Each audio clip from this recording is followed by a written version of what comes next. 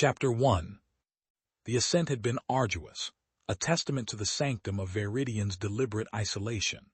Dr. Silas Thorne, a man whose life revolved around the meticulously ordered chaos of ancient languages, felt the biting wind whip at his cloak, an unwelcome herald to the stone behemoth that now loomed before them. Its jagged silhouette, carved against a sky the color of bruised plums, was a testament to centuries of abandonment, a skeletal hand reaching from the earth. Below, the expedition vehicle, a mere speck, underscored the monumental task ahead. With Silas were Dr. Albright, a pragmatic historian whose skepticism was as formidable as his intellect, and a handful of dedicated but weary researchers. Their mission, sanctioned by a cryptic consortium, was to salvage and catalog the monastic archive, a place whispered to contain knowledge both forgotten and, some feared, best left undisturbed. The great oak doors, warped and groaning like ancient lungs, yielded to their combined efforts, unleashing a blast of tomb-cold air laden with the scent of damp stone, decaying parchment, and something else, something indefinable, yet deeply unsettling. Inside, the grand nave was a cathedral of dust and echoing silence. Sunlight struggled through grime-caked windows, painting motes of dancing dust in sickly, shifting patterns. Every footstep seemed to reverberate, swallowed by the cavernous emptiness, only to return as a phantom whisper. Silas, meticulous to a fault, immediately began their work in a side wing, designated for the earliest, most fragile manuscripts. The initial texts were as expected: illuminated gospels, scholastic commentaries, obscure hagiographies. He moved with a practiced grace, his gloved hands handling centuries-old vellum with reverence, his keen eyes scanning for linguistic nuances. But as the days bled into weeks, a subtle dissonance began to manifest. Beyond the expected ravages of time, water damage, rodent gnawings, faded inks, Silas found sections that defied logical explanation. Entire folios seemed to have been violently excised, not torn, but sheared away with unnatural precision, leaving behind strangely cauterized edges. Other passages contained glyphs that twisted familiar Latin into something unrecognizable, symbols that pulsed with an almost physical wrongness buried deep within otherwise innocuous prayers. The stillness of the sanctum, initially a minor inconvenience, now felt oppressive, watching. The usual creaks and groans of an old building were absent, replaced by a profound, unnatural quiet that pressed in on him. This was not the silence of neglect, he realized with a creeping dread. This was the silence of something held, something contained, something waiting. The archive was not merely decaying, it felt profoundly anomalous, hinting at a darker, more sinister purpose than mere preservation. Chapter 2. The unnatural quiet of the sanctum became a constant, pressing weight, driving Silas deeper into its labyrinthine depths. He no longer sought merely to catalog, but to understand the profound anomaly that permeated the very stone and vellum. His search led him past countless shelves of mundane theology, into sections that had clearly remained untouched for centuries, shrouded in layers of undisturbed dust and cobwebs thick as funerary shrouds.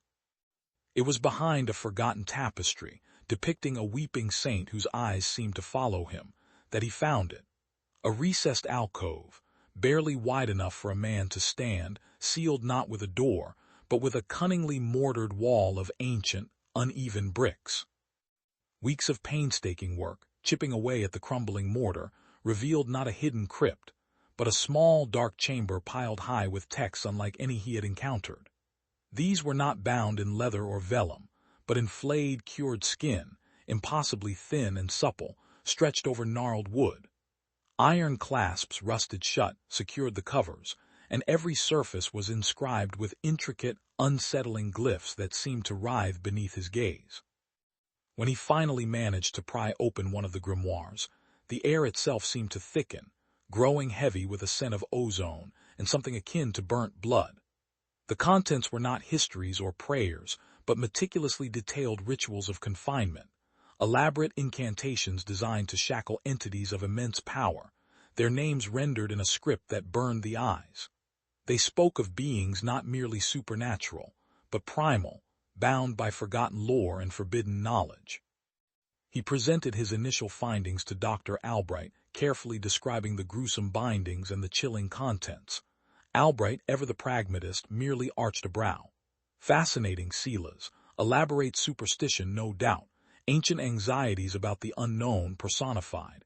These monks were clearly quite imaginative. He waved a dismissive hand. Psychological artifacts, nothing more. We're here for linguistic history, not fanciful demonology. But Silas knew it was more. The more he delved into the chilling lexicon, the more the sanctum seemed to awaken around him. A faint, almost imperceptible scratching sound began to emanate from the shadowed corners of the archive, like a multitude of unseen nails dragging across stone. Sometimes, a whisper, too fleeting to discern words, would coil around him, seemingly from behind a towering shelf, only to vanish when he turned his head. Dust motes in the scant sunlight occasionally coalesced into fleeting, skeletal shapes in his peripheral vision, gone before he could properly focus. The ancient walls themselves seemed to breathe, inhaling the silence and exhaling a profound, unnerving dread that settled deep in his bones. He was no longer merely reading about confined entities. He was beginning to feel their presence, thin and desperate, pressing against the very fabric of their imprisonment. Chapter 3. The following morning, Mr. Finch was conspicuously absent. His usual post at the auxiliary cataloging desk, piled high with delicate, decaying folios, lay untouched. Silas felt a prickle of unease that had nothing to do with Albright's inevitable irritation at a missing team member. Finch, for all his nervous disposition, was meticulous and punctual. He had been particularly enthusiastic, almost obsessively so, about the newly unsealed section of the archives, a labyrinthine warren of cramped, lightless alcoves that smelled strongly of dust and ancient decay. Finch had insisted on spending the previous evening alone there, hoping to be the first to decipher some of its secrets. Silas, armed with a sputtering hurricane lamp, ventured into the suffocating depths of that forbidden wing. The air grew heavy, damp, and cold, carrying a faint, sickly sweet scent like stagnant water and old blood. His bootfalls echoed unnervingly in the oppressive silence. Finch's portable light rig lay abandoned on a rickety table, its powerful beam now useless, casting long, wavering shadows. Beside it, his spectacles rested atop an open, uncatalogued text, its pages unusually stiff and discolored, almost leathery. But there was no sign of Finch. Then a low, guttural tearing sound emanated from deeper within the alcove, followed by a wet, slurping noise that made Silas's stomach churn. His lamp trembled, sending light dancing across the densely packed shelves. The sight that greeted him stole the breath from his lungs and froze the blood in his veins. Coiled in the furthest corner, half hidden by a cascade of crumbling scrolls, was a thing of impossible horror. It was a grotesque mockery of flesh and paper, a living palimpsest of flayed, parchment-like skin stretched taut over a skeletal frame that seemed to shift and reform with every shuddering breath. Its limbs were elongated, sinuous, ending in sharp, ink-stained claws that tore idly at a pulpy, indistinguishable mass on the floor. Where a face should have been, there was a cavity of raw, bleeding muscle, rimmed with countless needle-sharp teeth that glinted wetly, each one blackened as if steeped in printer's ink. Its eyes, if they could be called such, were not organs but swirling vortexes of script, ancient glyphs twisting and unraveling within their abyssal depths. The creature's head tilted, slowly, its sickening movements revealing a gaping maw from which a single, thin stream of viscous, black fluid dripped onto the floor, where it sizzled faintly. Silas could feel the silence around him not as an absence, but as a tangible force pressing down, echoing the abomination's malevolent presence. This was no ghost, no ancient anxiety. This was a living, breathing curse, born from the very knowledge they sought to uncover. The sanctum was not merely haunted. It was a tomb, and they, unwittingly, had disturbed its monstrous occupant. He had seen the proof, the undeniable, visceral truth of the Scriptus Vivus, and it stared back with the terrifying hunger of something awakened from an eternity of ink-bound sleep. Chapter 4. Silas backed away slowly, his lamp's beam trembling like his hand. The Scriptus Vivus remained coiled, its ink-streaked maw dripping, an abyssal sentinel guarding an unspeakable secret. Escape was the primal urge, but the sheer scale of the sanctum, its labyrinthine corridors and the crushing isolation that had once seemed a blessing now felt like an impenetrable cage. Albright would be asleep, oblivious, safe in his pragmatic ignorance. Finch was gone, irrevocably consumed. Silas was alone, a small flickering flame in a darkness that now held teeth. He found himself retreating to the central Scriptorium, the vast hall where their initial work had begun. The familiar scent of aged paper and dust, once comforting, now carried a faint, cloying sweetness, a metallic tang that made his gorge rise. He needed answers, and he needed them from the very source of the horror. His gaze fell upon the sealed texts, the coded rituals he had once dismissed as mere arcane superstition. Now they felt less like history and more like blueprints for survival. Hours bled into a terrifying continuum. Silas tore through scrolls, his fingers frantic, his mind racing to connect fragmented whispers and veiled warnings. The text spoke of entities not merely confined, but sustained by their confinement. He began to understand the Scriptus Vivus. It did not merely dwell amongst the forgotten lore, it was the forgotten lore. It fed not on flesh, but on the very act of its uncovering, the transference of obscurity into light, the acquisition of knowledge itself. Each read word, each deciphered glyph was a drop of sustenance, a tiny liberation for the abomination. The creature was the manifestation of unwritten wisdom, the suppressed truths that the sanctum had been built to imprison. It was the negative space, the shadow cast by the texts. And herein lay its terrible paradox. The Scriptus Vivus was both guardian and prisoner, an embodiment of knowledge so dangerous it had to be forgotten, yet its existence depended on that very knowledge being sought. Its form, a living palimpsest, was a testament to its recursive nature, eternally overwritten, yet never erased. Its strength derived from the effort to understand it, but its essence was a contradiction, a written thing that embodied the unwritten, a revealed horror that thrived on its own mystery. If its existence was born of paradox, then perhaps its unmaking could be found within that same impossible truth. A terrible, exhilarating spark ignited in Silas's mind amidst the dread. To defeat it, he wouldn't need a weapon, but a silence, a negation of its very reason for being. Chapter 5. The air in the Scriptorium was thick with the scent of decay and something else, a dry, papery sweetness that now made Silas's teeth ache. He knew what he had to do, not a fight of brawn, but of intellect, of will. He clutched a heavy, blank piece of vellum he had found, a page from an ancient, uninked binding ceremony. It represented nullity, the inverse of the creature's existence.